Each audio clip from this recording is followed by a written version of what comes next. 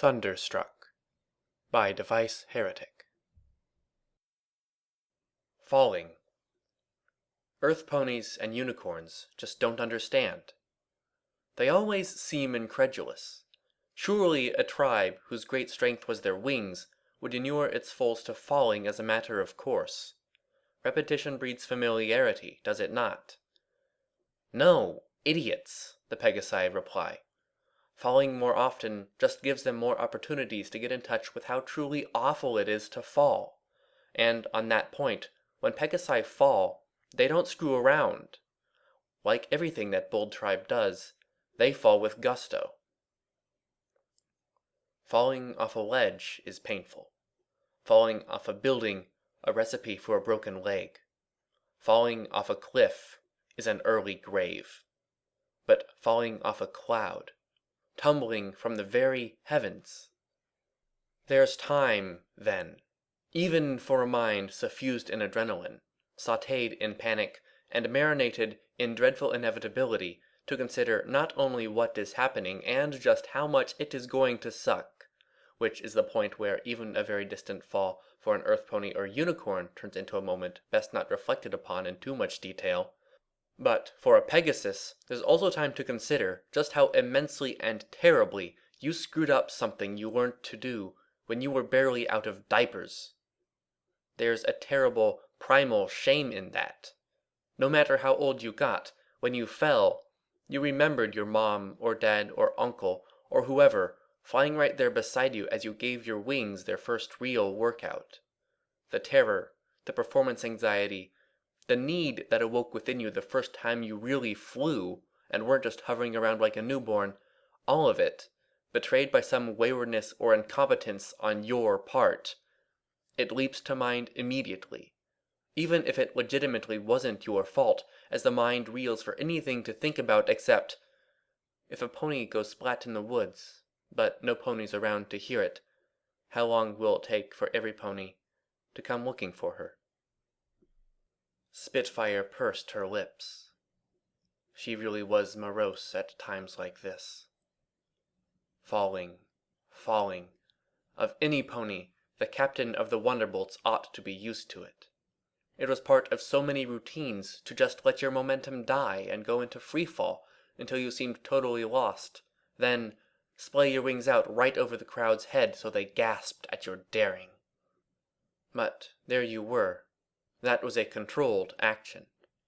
There was a trick to it, keeping your body in the right form, so that when you popped those wings, really popped them, like no pony who wasn't a stunt flyer could, they'd catch you and your weight was distributed just right to bank sharply. Maybe a foal or two got a feather to take home as a souvenir. It was hard work, and hard on your wings, that was for sure. Not every pony could do it. Even if you didn't quite land it, there were more bolts around to catch you in one of 18 different emergency patterns to save your feathers, without even once breaking the show's stride, although being on the receiving end of some divine intervention was the quickest way to blow your paycheck known to Equestria, past, present, or future, since you'd be buying drinks for the next week or so, and stunt flying is thirsty work. There was some serenity in free-falling like that, once you got the knack of it. Some grace, some beauty, the ultimate freedom of letting go, giving in to your bitter nemesis, gravity, and letting it embrace you for a moment before you once again defied its grasp in the most daring way you could manage. To be at once in control of your situation, and because of that control, allowing yourself to be consumed in the moment without hesitation. In the hooves of a force larger than yourself, you fell. And if you fell properly, you felt no fear surrendering to it. There was, if you did it right, nothing to fear, nothing to be ashamed of. But this? Spitfire had enough experience at this to have given up waggling her hooves in the air almost immediately. It never helped. Even though your mind screamed at you to do anything to right yourself, there was something about even Pegasi that told them that the sky was up. Her experience and discipline should, by all rights, have saved her. But no, that... She'd tried to pop and catch herself. A little desperate, yes, and her execution could have been better, sure, but still, at least she'd been able to master her panic enough to try to do things properly. There had been no realistic way to predict that sudden crosswind, though. The thought of the audible snap of her left wing rolling in its socket, far too hard in the wrong direction entirely, still made her guts wrench with both visceral disgust and an immense feeling of humiliation. Any attempt to control her wing now just invited pain, and so she was forced to endure it flopping stupidly in the wind as it splayed out lazily next to her, throbbing agonizingly as it was buffeted by the rushing wind. That there had been nothing she could have done, that her fate had been out of her control, should have been a comfort to her, by all rights. But no, it was just... So, this is how the great Spitfire, captain of the Wonderbolts, meets her fate? An accident? Doesn't the sky understand that it was better to die than to be killed? That's what made it bad. That's why falling was so hard for the free-spirited Pegasi. It was like being abandoned by something that should be your friend, your dearest friend, an environment you knew so intimately that it was part of who you were as a pony, what set you and your tribe apart from every pony else. Hack the horn off a unicorn and see how they like that. Toss an earth pony in the ocean and never let them back on land. Not only that, but to be out of control, trapped in a body that couldn't save you, that too was torture beyond reason for a Pegasus, especially one for whom training and physical perfection was everything. Spitfire could fly, damn it. She could fly, fly, fly! Her body wasn't weak, she wasn't helpless, the sky was hers! Broken like a foal's toy by the sky she so loved, Spitfire fell.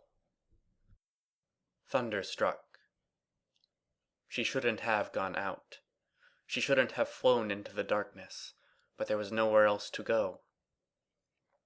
Now the roiling blackness of the thunderhead was far above her, spinning in her vision as gravity eagerly claimed one of its most persistently defiant foes. Just another raindrop crashing down, down, down, onto the cruel, cold earth.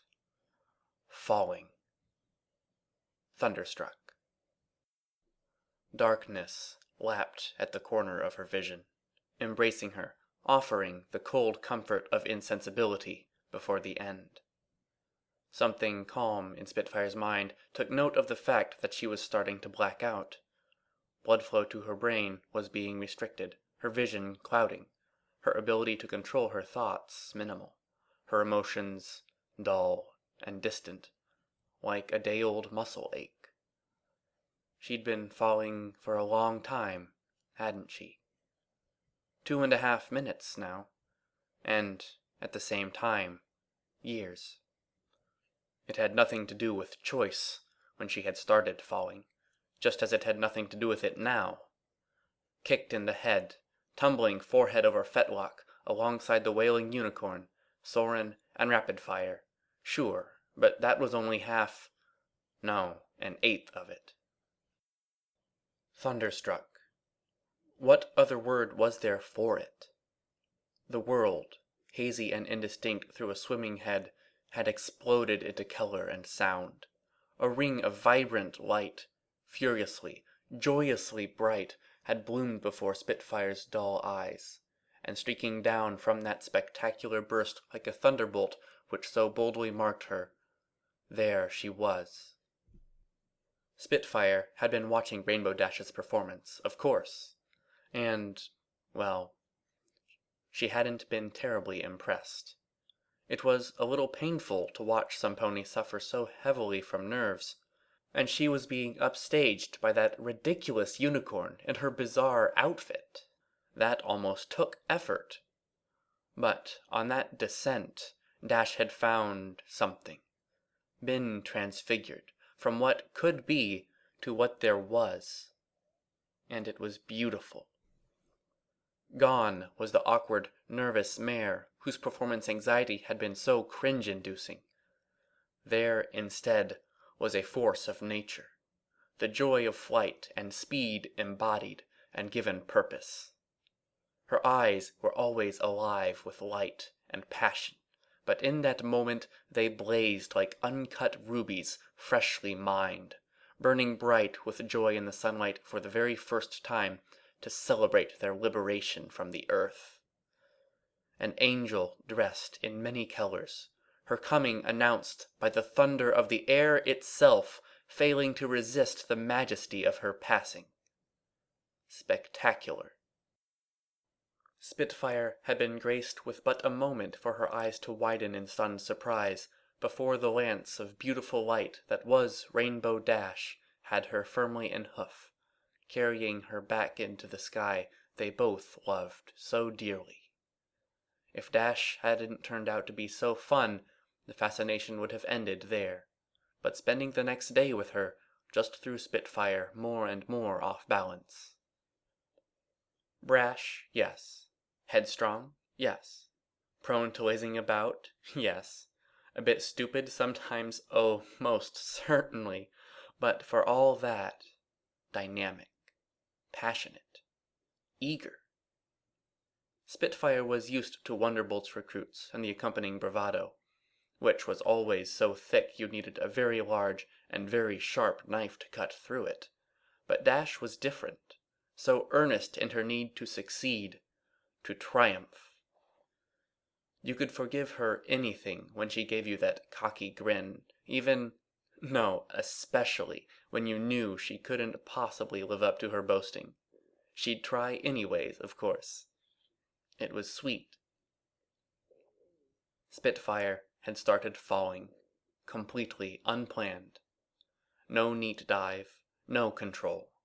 There was no training for this falling, which was just as terrifying and constricting and mind-warping as the real thing, with the added complication that it felt so damned good.